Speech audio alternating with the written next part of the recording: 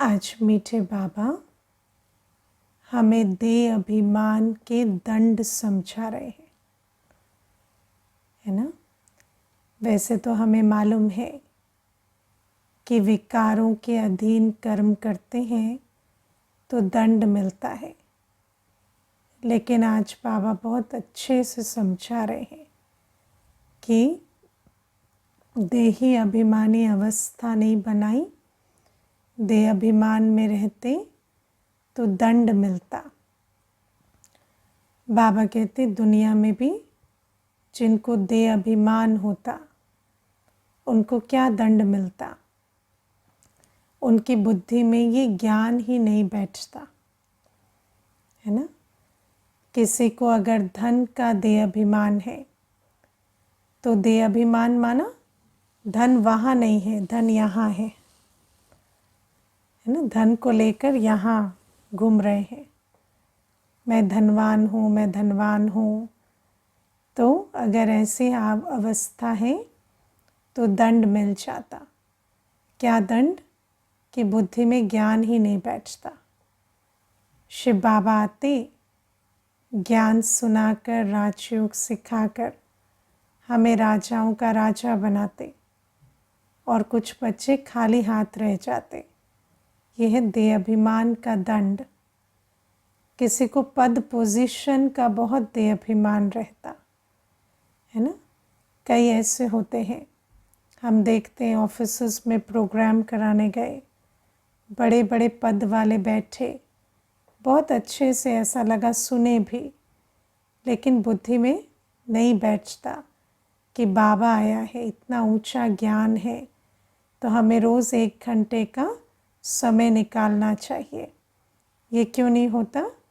क्योंकि देह अभिमान है कि हमें बहुत जिम्मेवारियां हैं, हम बहुत बड़े पद पर बैठे हैं, हम तो अपना काम कर ही रहे हैं, है ना। वो कहेंगे आप अच्छा काम कर रहे हैं तो हम अच्छा काम ये करें और ये मेरा अच्छा काम है।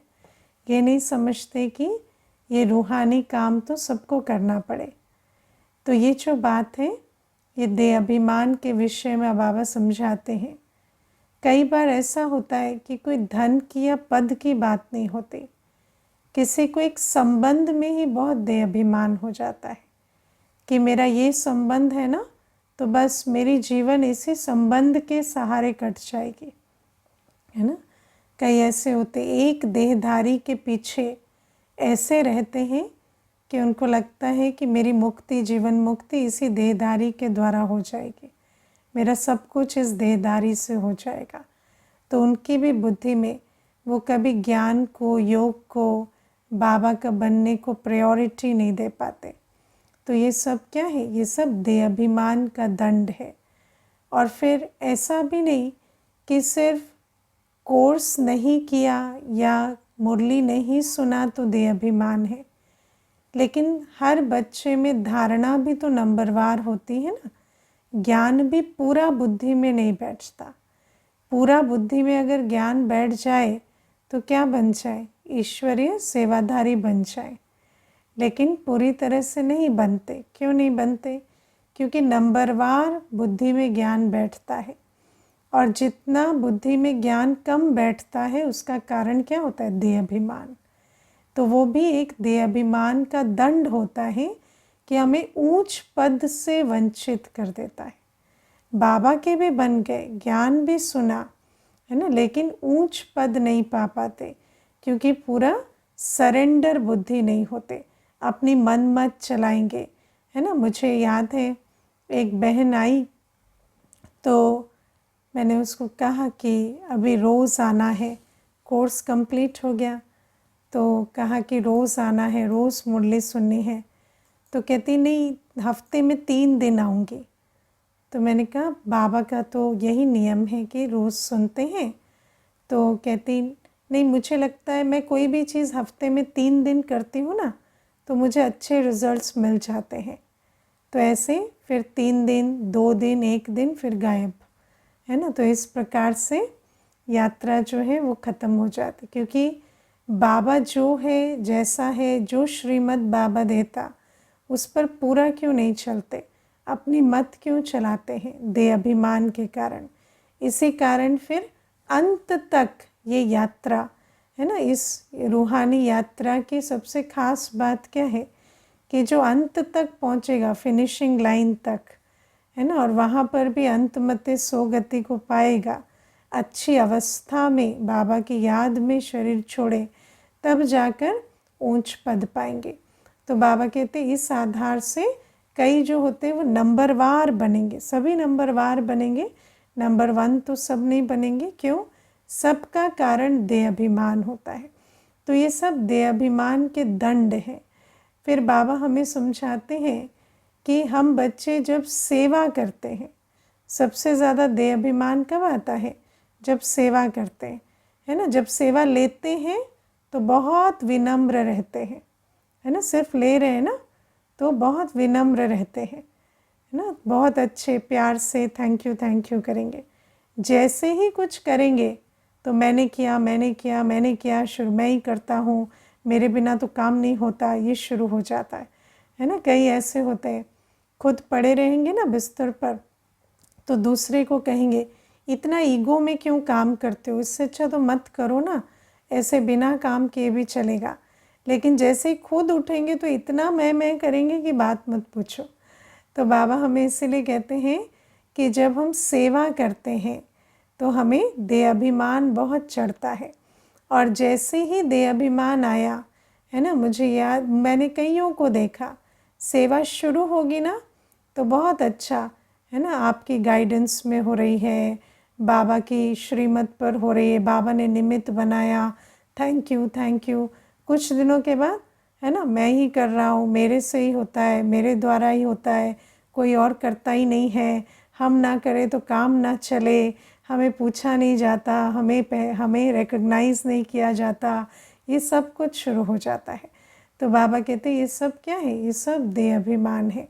इसलिए बाबा कहते हैं सेवाधारी, जब हम सेवा करते हैं ना तो हमें गुप्त मेहनत बहुत करनी है। सेवा तो थोड़ी देर करनी होती है, लेकिन सर्विसेबल बनने के लिए बहुत निमित्त भाव, निर्माण भाव चाहिए, है ना। और उसके लिए बहुत मेहनत चाहिए। सेवा के लिए वैसे भी मेहनत चाहिए, अंदर विचार सागर मंथन चले, अंदर अपनी मेहनत करें, ज्ञान की पॉइंट्स का मंथन करें, ये मेहनत तो अलग।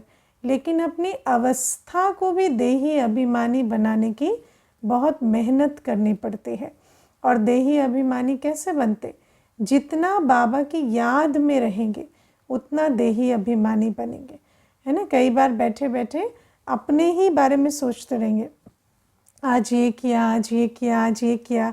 देखा है, जब काम करते हैं तो नहीं थकते हैं, जब सोचने लगते हैं ना, आज ये भी किया, सुबह से लेकर जो भी किया ना उसकी लिस्ट बनाते रहेंगे अंदर बुद्धि में।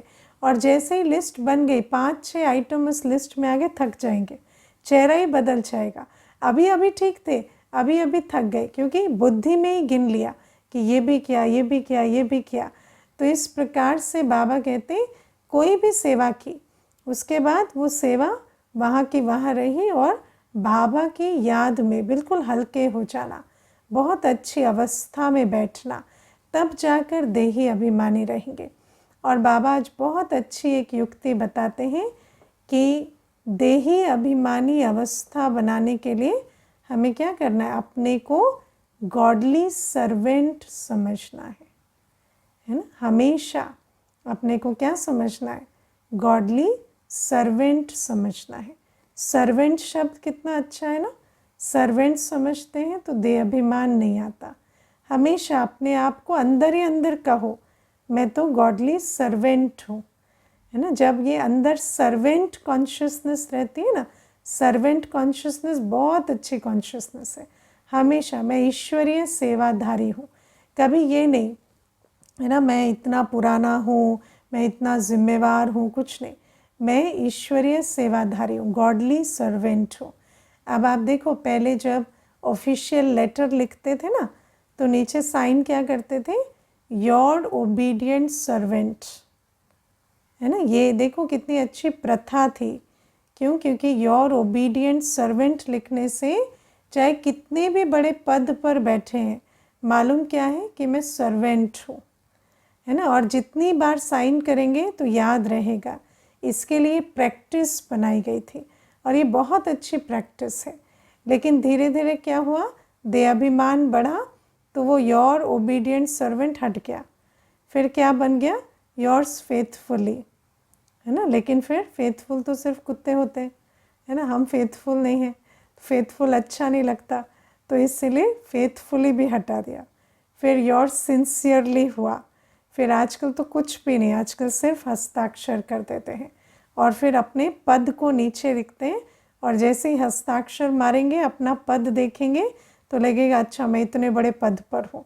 तो ये सब देहाभिमान, जैसे जैसे देहाभिमान बढ़ता है ना, तो ऐसी प्रथाएं जो हमें थोड़ा नम्र रखती थी उनको भी हम ख़त्म कर देते हैं। तो बाबा कहते हैं अभी यहाँ तो कोई हस्ताक्षर मारने की बात नहीं है, लेकिन बुद्धि में सारे दिन मैं ईश्वरीय सेवाधारी हूँ, मैं गॉडली सर्वेंट हूँ, ये बुद्धि में रखना है। और सर्वेंट को कभी भी सेवा करने में कोई मैंपन नहीं आता कि मैं कर रहा हूँ, या है ना मेरा तो काम ही सेवा करना है, तो उस आधार से चलना। और फिर बाबा आज हमें बहुत अच्छी बात समझाते हैं कि जब हम गुप्त मेहनत करेंगे, अंदर अंदर पुरुषार्थ करेंगे ना, तब जाकर हमारी ऊपर से सेवा करते हुए अवस्था हमारी देही अभिमानी की रहेगी। और अगर देही अभिमानी अवस्था है तो हमारा तीर लगेगा, किसी को कुछ भी सुनाएंगे तो तीर लगेगा। और अगर देह अभिमान है तो बैटरी खाली है। अब इसमें एक बात समझनी है, देह अभिमान कैसा होता है, देह अभिमान ऐसा होता है जैसे बादल होते हैं ना, अगर बादल छा जाए तो सूर्य की किरण धरती तक नहीं पहुंच पाती। ऐसे ही देह अभिमान के बादल जब छाते हैं तो बाबा की शक्ति हम बच्चों तक नहीं पहुंच पाती, है ना। मेरी बुद्धि में देह अभिमान है तो बाबा जो भी मुझे दे रहा है, वो जो योग बल मुझे बाबा से मिलना चाहिए, वो मैं आत्मा रिसीव नहीं कर पाऊंगी, क्योंकि देह अभिमान बादल की तरह होता है। इसीलिए तो जब कोई नए होते हैं, देह अभिमान में होते हैं, तो बुद्धि का ताला नहीं खुलता, क्योंकि ताला कौन खोलेगा, बाबा।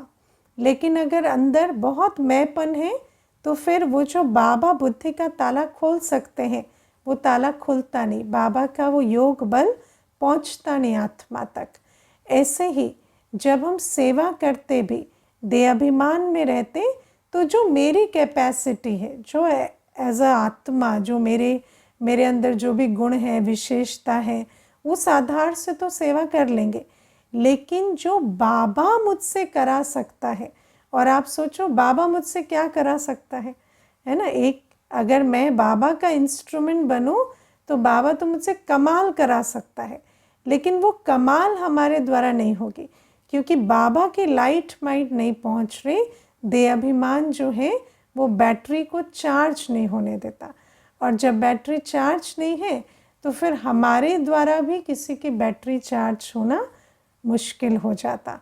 मुझे याद है एक भाई है, तो उसकी बहुत अच्छी जॉब, तो उसको जो बंगला मिला था, जिस भी कंपनी में वो काम करते थे, सेमी प्राइवेट या कुछ सेमी गवर्नमेंट कोई ऑर्गेनाइजेशन थी, तो उसको बहुत बड़ा बंगला उन्होंने दिया, और उसमें कम से कम भी 8-9 बेडरूम, तो बहुत बड़ा सा बंगला उसको मिला।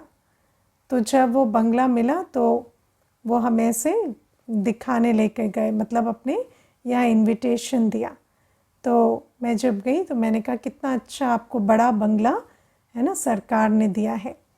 तो मुझे बहुत अच्छी बात बोले, कहते हम तो नौकर है ना, बड़ा बंगला मिलने से बड़े बंगले में झाड़ू पोंछा करके मेंटेन करेंगे उसे है ना, क्योंकि गवर्नमेंट की भी अभी ऐसे बिल्डिंग्स है, बंगले हैं, तो अभी बड़ा देंगे तो बड़ा हम झाड़ू पोंछा करके मेंटेन करें। हमारा तो कुछ है नहीं ना, हम मेंटेन करेंगे, नौकरी करेंगे, फिर छोड़ के जाएंगे। तो मैंने देखा कि कितना अच्छा एटीट्यूड था, और सच में भाई जो था बड़े पद पर, लेकिन उसके अंदर ज़रा भी देह अभिमान नहीं।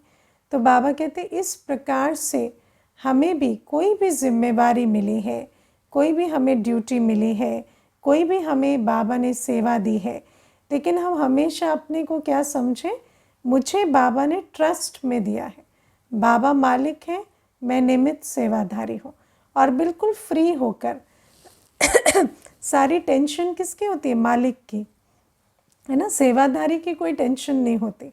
आप देखना, जो मैं एक बार कि कोई एक इलेक्ट्रिकल काम कराना था, तो मालिक भी आया और जो नौकर था वो भी आया।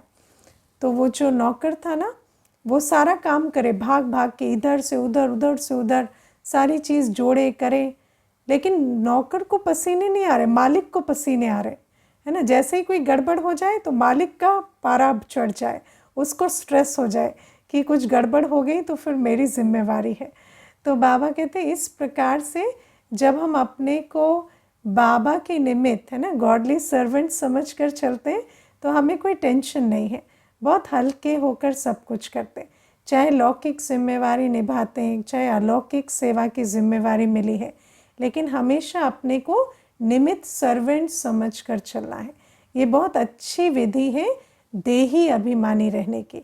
और जब देही अभिमानी रहते तो बाबा की लाइट माइट से कार्य करते, और जब लाइट माइट से कार्य करते तो सब कार्य करते हम कैसे रहते, बिल्कुल लाइट, और कार्य भी सफलता को पाता। और अगर इतना ध्यान नहीं रखते तो भी दंड मिलता है ना। जो बच्चे सेवा करते, जिम्मेवारी संभालते, अगर देही अभिमानी नहीं रहते तो उनको भी दंड का भागी बनना पड़ता है।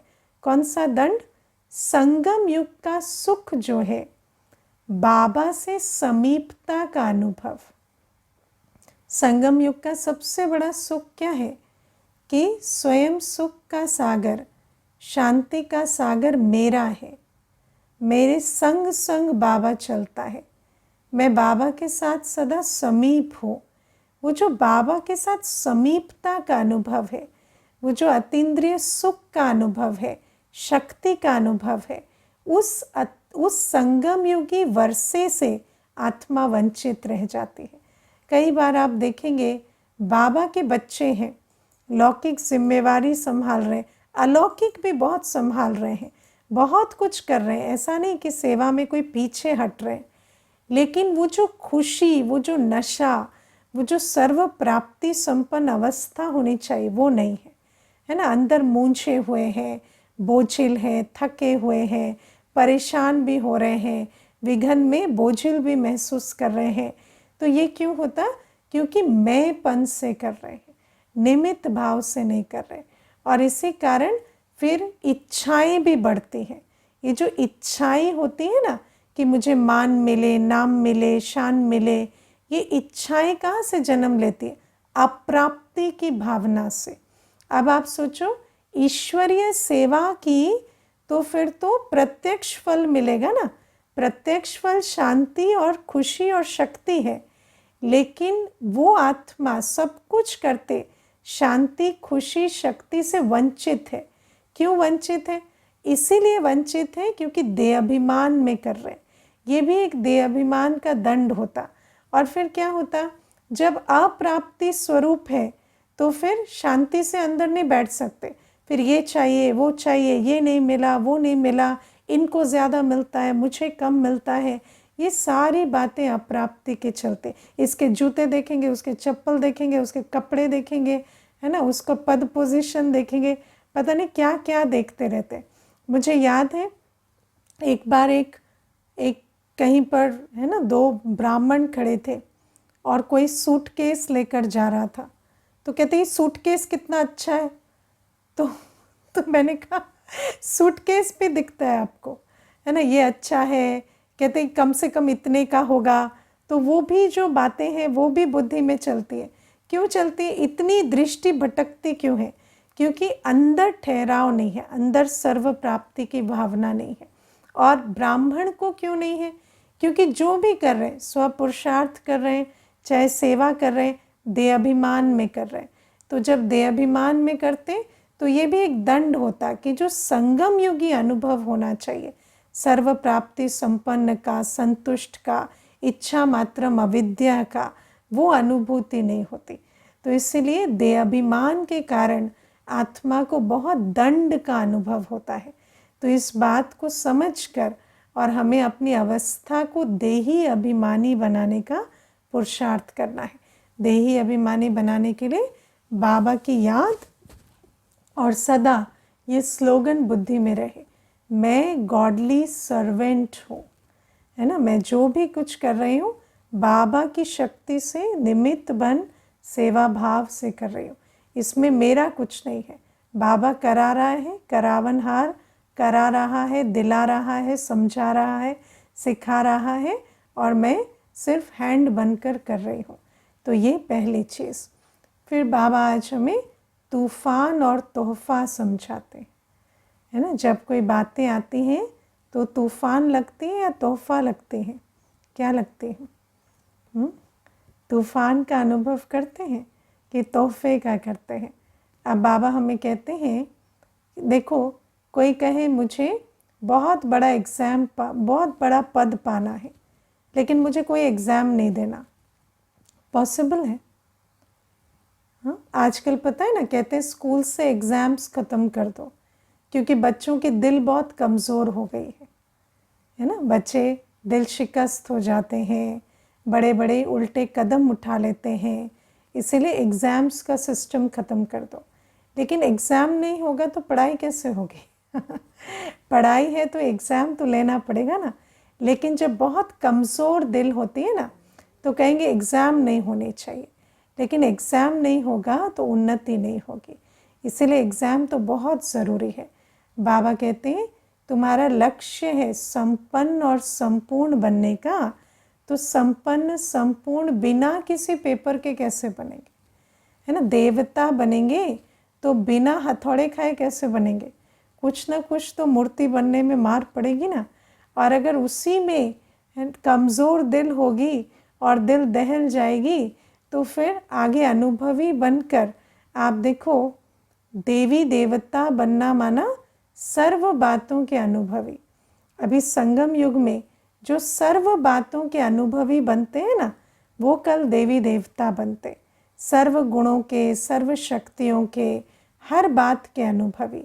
अब जो मेरी अभी तक समझ में आया है इस यात्रा में वो मैं आपको बता देती हूँ। जब कोई भी पेपर पहली बार आता है ना, तो आपको नहीं पता चलता कि इस पेपर में मुझे बाबा से जो खजाना मिला है वो कैसे अप्लाई करना है। क्योंकि पहली बार पेपर आता है ना, तो पहली बार पेपर आता है तो पूरा तूफ़ान की तरह आता है, और वो तूफ़ान जो है वो बिल्कुल अस्त व्यस्त कर देता है सब कुछ, और ऐसा लगता है पता नहीं ये क्या हो गया। लेकिन अगर बाबा के ये जो वरदान है ये बुद्धि में रखे ना उस समय कि ये तूफ़ान मुझे अनुभवी बनाने के लिए आया है, तो उस समय पर फिर थोड़ी धैर्यता के साथ बाबा ने जो हमें सिखाया है, क्योंकि आप देखो थियोरी तो हम बहुत अच्छी जानते हैं, ये गुण हैं, ये शक्तियाँ हैं, ये पॉइंट्स हैं, ये युक्तियाँ हैं, ये अप्लाई करनी है, बात को पार करना है। लेकिन जब बात आएगी तब तो उसको अप्लाई करेंगे। अब बात आती है तो ऐसे हिल जाते हैं कि फिर अप्लाई करने की सोचते ही नहीं। लेकिन उस समय पर, और जब भी पहली बार कोई बात आएगी ना, ऐसा नहीं होगा कि एकदम से आप ठहर जाएंगे। पहली बार कोई बात, जब नई बात आती है ना, तो थोड़ी सी हलचल होती है। लेकिन जब हलचल होती है उस समय पर बाबा के ये जो वरदान है ये स्मृति में लाना कि ये जो बात आई है ये मुझे अनुभवी बनाने के लिए आई है। और फिर उस बात में आप बाबा का ज्ञान, गुण, शक्ति, जो भी बाबा हमें सिखाता है, बाबा की मुरलियों का जो अध्ययन आपने किया है उसका सार बुद्धि में रखकर उसे अप्लाई करना। और जब अप्लाई करेंगे ना तो बात भी ख़त्म हो जाएगी और आप इतने अनुभवी बन जाएंगे कि कल कोई वैसे ही तूफ़ान में जूझ रहा होगा ना, तो आप उसको बहुत अच्छी राय दे सकेंगे कि इस बात से ऐसे निकलते हैं, इस बात में ये करना होता है। आप देखो, एक बहन थी तो वो ऑफिस में काम करती थी, तो उसके ऊपर एक विजिलेंस केस हो गया। तो बहन बहुत अच्छी, ईमानदार, कभी कोई उल्टा काम नहीं किया। तो जब वो विजिलेंस केस हो गया तो उसको ऐसा लगा कि ये क्या हो गया, मेरे करियर पर पूरा एक दाग आ गया कि मुझ पर एक केस हो गया। लेकिन फिर उसको ज्ञान में, देखो ज्ञान में बच्ची है बाबा की, बहुत अच्छी बच्ची, तो उसको अंदर आया। लेकिन बाबा कहता है कि बच्चों का कभी अकल्याण नहीं होता, तो कोई बात नहीं। तो उसने ना बड़े बड़े ऑफिशियल्स से उस टाइम पर बातचीत करनी पड़ी, क्योंकि केस बड़ों बड़ों के पास गया। तो वहाँ पर जाती, बहुत प्यार से, शांति से, पेशेंस से अपनी बात समझाती, जो भी डॉक्यूमेंटेशन होता वो करती। तो वो सारा करते करते उसके बहुत कॉन्टैक्ट्स बन गए, है ना। बड़े बड़ों के ऑफिस में जहाँ कभी गई नहीं थी वहाँ भी गई, और उन सब ने उसका आचरण देखा। और अंत में क्या हुआ, वो केस भी ख़त्म हो गया, और फिर वो जो सब थे, जो भी उस कनेक्शन में आए, उन सबको उसने बाबा का परिचय दिया, है ना। उन सबको उसने, क्योंकि इतनी शांत और इतनी धैर्यता के साथ उस परिस्थिति में रही कि सबको उसने परिचय दिया बाबा का। और इस बात से बहुत सेवा हुई, और हर एक कहता कि ये बहन ने जैसे हैंडल की ये बात, ऐसा हमने कभी अपने इतिहास में नहीं देखा। और वो जो बहन थी उसने बाद में कहा कि अब मुझे ना ये विजिलेंस कुछ नहीं लगता अब मुझे समझ आ गया है कि अंदर की बात कुछ और होती है और ऊपर का रूप कुछ और होता है। तो मैं अब इन बातों से नहीं डरती। मेरे सामने कोई आता है, कहता है, तो मैं उसको कहती कोई बात नहीं, ऐसे ऐसे चलो, पेशेंस रखो, शांति रखो। ये सारा पेशेंस का खेल है। जितने दिन केस चलना है चलेगा, उसके बाद वो बात ख़त्म हो जाएगी, आप बाबा की याद में रहो। तो ऐसे करके मैं हर एक को राय देती हूँ, और कहती मेरे एग्जाम्पल से मैं इतनी अनुभवी बनी कि अनेकों को रास्ता दिखाने के मैं निमित्त बन जाती हूँ। तो आप देखो कि बाबा कहते हैं जो बात तूफान जैसी लगती है, उसको अगर बाबा के वरदान को याद रखे कि ये तूफान नहीं है, तोहफा है। और अनुभवी बनना माना, जो बात पहली बार आपको बहुत बड़ा शेर लगती है ना, जब अनुभवी बन जाते हैं, जैसे पहले कोई रस्सी का सांप फेंक दे, है ना, रस्सी का, प्लास्टिक का कोई सांप फेंक दे तो डर जाएंगे ना। लेकिन एक बार पता चलेगा ये तो प्लास्टिक है, तो फिर डरेंगे क्या। तो ऐसे ही अनुभवी आत्मा जो होती है ना, वो एक बार तूफान को झेल लिया, उसके बाद उसके आगे वो वाली बात आपको कभी नहीं डरा सकती। और आप सोचो अंत में तो सारी बातें इकट्ठे आएंगी ना, पांचों तत्वों और पांचों विकारों से सारे पेपर आएंगे अंत में। तो पांचों तत्वों की हलचल के पेपर को अगर पार नहीं किया होगा, पांचों विकारों के पेपर को पार नहीं किया होगा, तो अनुभवी कैसे होंगे। और अनुभवी नहीं होंगे तो अंत में डर जाएंगे, और जो डर गया सो मर गया। तो बाबा कहते हैं इस संगम युग में हर बात का ऐसा अनुभवी बन जाना है कि अंत में आपको ये बात डिस्टर्ब ना कर सके। और मैं आपको एक अपने अनुभव से भी एक बात बताती हूँ। कई बार हम एक बात सुनते हैं, नॉन जजमेंटल होना, है ना। आप किसी को जज मत करो। लेकिन आप नॉन जजमेंटल कब होंगे, जब आप अनुभवी होंगे। अगर आप अनुभवी नहीं है ना, तो आप ज़रूर जजमेंटल होंगे। क्योंकि जब तक आपको ये समझ नहीं आता कि जो बात जैसी दिखती है वैसी होती नहीं है, जब आपने तूफान पार ही नहीं किए, जब आपको पता ही नहीं कि जो बात जैसी दिखती है वैसे होती नहीं है, तब तक आप जो दिखता है उसको वैसे ही फेस वैल्यू पे लेंगे। बुरा दिखेगा तो बुरा कहेंगे, अच्छा दिखेगा तो अच्छा कहेंगे। लेकिन जब आपने हर बात को पार किया है, तो आपको पता चलता है ऊपर का स्वरूप कुछ और होता है और अंदर की बात कुछ और होती है। तो जब आप इन बातों के अनुभवी बनेंगे ना, तब आपको नॉन जजमेंटल होना आएगा। तो भले वो भय मुक्त होना है या किसी रॉन्ग राइट में ना जाना, साक्षी होना, ये सारी जो बाबा की धारणाएं हैं, ये कब आती, जब हम बच्चे तूफान को पार कर उसके जो अनुभव की गिफ्ट है उसको लेते। और जितने आप अनुभवी बनेंगे, उतना जब कोई आपको अपनी बात बताएंगे ना तो आप साक्षी होकर सुन सकेंगे। क्योंकि जब आप अनुभवी नहीं है ना तो कोई बात सुनते आपका ही गला सूख जाएगा, है ना। अरे ये क्या हो गया, ये कैसी बात कर रहे हैं, ऐसा होता है क्या, नहीं नहीं अगर ऐसा हुआ है तो यही गलत होंगे, नहीं नहीं ऐसा तो इस कोई सही हो उसके साथ ऐसा तो हो नहीं सकता। तो जब तक आप अनुभवी नहीं हैं आप किसी की भी सेवा करते साक्षी नहीं हो सकते। और जब साक्षी नहीं होंगे तो उस आत्मा को बाबा की श्रीमत प्रमाण कोई राय नहीं दे सकेंगे, क्योंकि आपके अंदर अपने अंदर जजमेंट आ चुका है। तूफान किसको कहा जाता है?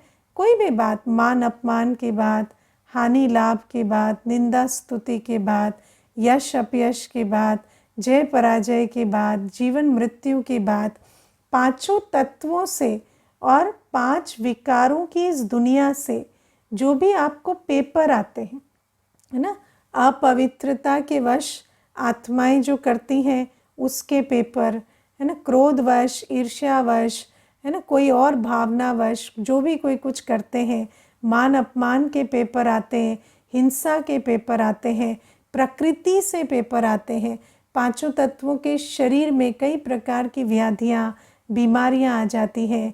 तो ये सब तूफान होते हैं, लेकिन इन तूफानों को पार करते कभी हिलना नहीं है, कभी क्या क्यों में नहीं फंसना, समझना है ना। देखो जब दादियों को शरीर के पेपर आते थे ना तो बाबा क्या कहते थे पता है? बाबा कहते थे आपको देखकर सब ये समझेंगे कि इनको भी आते हैं और ये पार करते हैं तो हम भी कर सकते हैं, है ना। तो दादियों को जब, अब मान लो दादी को कभी शरीर का पेपर नहीं आया और किसी को आया और फिर वो जाकर दादी को कहे कि दादी मुझे ये पेपर आया, दादी कहे कोई बात नहीं बाबा को याद करो, वो कहेंगे आपको तो कभी आया ही नहीं ना पेपर, तो इसलिए आप कह रहे बाबा को याद करो। लेकिन हर बात का जब अनुभवी होंगे तो किसी और को भी सुनाएंगे, किसी और को भी कोई राय देंगे, तो एक तो सिर्फ ऐसे ही सुना सुनाया नहीं सुनाएंगे, अनुभव से सुनाएंगे, और दूसरा उसमें अनुभव की शक्ति भी होगी। तो सिर्फ समझ नहीं, उस आत्मा को शक्ति भी मिलेगी उस बात को पार करने के लिए। इसीलिए बाबा हमें कहते हैं बच्चों को कभी भी तूफान से डरना नहीं है, और जब हथौड़े पड़े ना तो क्या समझना है, हम मूर्ति बन रहे हैं, है ना, बिना हथौड़े पड़े। अगर किसी को हथौड़े नहीं पड़ रहे ना तो इसका मतलब क्या है? इसका मतलब क्या है? हाँ, माया के साथी बने हुए हैं, क्योंकि हथौड़े फील तभी नहीं होते। देखो पांच विकारों से जो पेपर आते हैं वो किसको फील नहीं होंगे? जो पांच विकारों के साथ खड़े हैं। वरना अगर आप ऑपोजिट पार्टी में खड़े हैं, अगर आप बाबा की श्रीमत पर हैं तो पेपर तो ज़रूर आएंगे। ऐसा तो हो ही नहीं सकता कि कलयुगी दुनिया में आप पवित्र बन रहे और कोई पेपर नहीं आ रहे, है ना। तो बाबा कहते पेपर तो आएंगे, और जब वो आते हैं तो याद रखना है कि अनुभव का तोहफा लेकर आते हैं। और फिर बाबा आज हमें कहते हैं यहाँ पाँव पड़ने की कोई बात नहीं है ना। आप किसी से पाँव तो नहीं पड़वाते,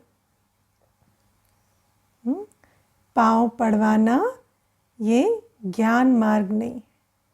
जब शिव बाबा हमसे पाँव नहीं पड़वाता, हम किसी से भी पाँव नहीं पड़वाते। यहाँ पाँव पड़ने की ये प्रथा खत्म कर देनी है ना। सबसे पहले तो आपके कोई पाँव ना पड़े, ये बंद करना है। तो बाबा हमें कहते हैं कि ये पाँव पड़ने की रस्म ख़त्म करनी है। और इसमें एक बात समझनी है। देखो मुझे एक भाई एक बार बहुत अच्छे बात सुनाते, कहते कि कोविड में मेरी जो घर में जो बहन सेवा करती थी, है ना, हाउस हेल्प, तो उसको मैंने बहुत अच्छी पैसे दे दिए, तो वो आकर पाँव पड़ गई, है ना, और वो बहुत प्राउडली सुनाते। तो क्या होता है कि हमें पता नहीं चलता कितने प्रकार से हमारे अंदर सूक्ष्म देह अभिमान होता है ना। हमें अच्छा लगता है कोई पाँव पड़े, कोई, है ना, प्रशंसा करे, कोई कुछ करे, लेकिन बाबा कहते हैं ऐसी बातों को स्वीकार नहीं करना। और ऐसी रस्म रिवाजों को भी जहाँ तक हम परिवर्तन कर सके उसे परिवर्तन करना। तो बाबा कहते हैं यहाँ पाँव पड़ने की कोई भी बात नहीं है। तो इस पाँव पड़ने की बात को चेक करना। ऐसा तो नहीं शिव बाबा पाँव नहीं पड़वाते और हम करते हैं, है ना। तो ऐसा नहीं, कोई ना माने वो अलग बात है ना। लेकिन आप इस चीज़ को देखो, मैं आपको इसमें ना माने की भी बात बताती हूँ।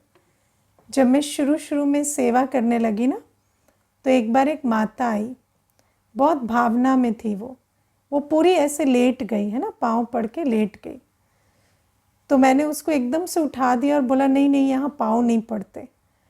तो वो ना चली गई और उसको लगा कि शायद मैं लायक नहीं हूँ, तो ये मुझे मना कर दिए। तो वो थोड़ी ऑफेंडेड हो गई और उस दिन के बाद कभी नहीं आई। तो फिर मुझे समझ में आया कि ऐसे नहीं करना होता है। तो अगली बार से कोई पाँव पड़ते तो हम उस समय कुछ नहीं कहते, लेकिन धीरे धीरे उनको ज्ञान समझाते, उनको स्वमान में स्थित करते, फिर उनको समझाते कि क्योंकि आप भी आत्मा है, आप ईश्वरीय संतान हैं, तो इसीलिए पाँव पड़ने की दरकार नहीं है ना। तो कई बार ऐसा होता है कि हम भी रिएक्शन में आ जाते हैं। मैं आपको अपना अनुभव सुना रही हूँ कि शुरू में ऐसा हुआ एक इंसिडेंट। तो कोई पाँव पड़ते हैं तो उनको एकदम ऐसे नहीं, थोड़ा ज्ञान सुनाकर स्वमान में स्थित कर फिर उनको उस बात से छुड़ाना है। अच्छा, ओम शांति।